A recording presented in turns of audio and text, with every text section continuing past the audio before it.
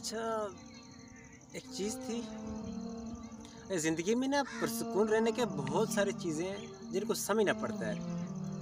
एक बड़ा प्यारा वाक़या मैंने एक बार पढ़ा तो उसके बाद ना मेरे दिल में कई हाँ मतलब मैंने अपने साथ अज़ीज़ों को भी सुनाया। आज मैंने चाहा कि मैं आपके साथ ये वाक़या अर्ज़ भी करूँ। मैं पढ़ रहा था कि एक मरतबा ना हज़रत बायज़ीद बस्तामी रहमतुल्लाह कहीं जा रहे थे। तो आपके खलीफ़ा भी, आपके मुरीदीन भी आपके साथ थे। अब जब गुज़रने लगे ना तो एक गली से गुज़रे। तो सामने गली के सामने तरफ से कुत्ता आ रहा था। अच्छा, हज़रत बायज़ीद बस्तामी रहमतुल्लाह अलैह कुत्ते को देख के ना साइड पे खड़े हो गए कि कुत्ता मेरे कपड़ों को लग गया तो कपड़े गंदे ना कर दे।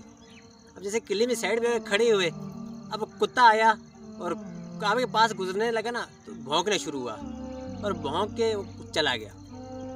अच्छा, अब कुत्ता तो चला गया तो लोगों ने देखा कि हज़रत बायज़ीद बस्तामी रहमतुल्लाह अलैह रो रहे थे और इतना रो रहे थे जिस तरह बच्चा बिलबिला कर होता है ना, इस तरह रो रहे थे। अच्छा, अब लोगों ने देखा कि हज़रत बायज़ीद बस्तामी रहमतुल्लाह अलैह रो रहे थे और बिलबिला के रो रहे थे। हैरान हुए कि आप इस तरह, पूछा कि या हज़रत अल्लाह खैर फरमाए, क्या हो गया, आप इतना रो रहे हैं, कुत्ता ही तो गुजरा है। तो हज़रत बायज़ीद बस्तामी रहमतुल्लाह अलैह फरमाने लगे, लोगों, इस कुत्ते ने मेरे पास से गुजरते हुए मुझसे एक सवाल किया और कहा उस कुत्ते ने कि ए बायज़ीद बस्तामी, मुझे एक सवाल का जवाब दे कि बता, ज़माने अज़ल के अंदर तूने कौन सी नेकी की थी कि आज तू बायज़ीद बस्तामी है, और मैंने कौन सा जुर्म किया था कि मैं आज कुत्ता हूँ।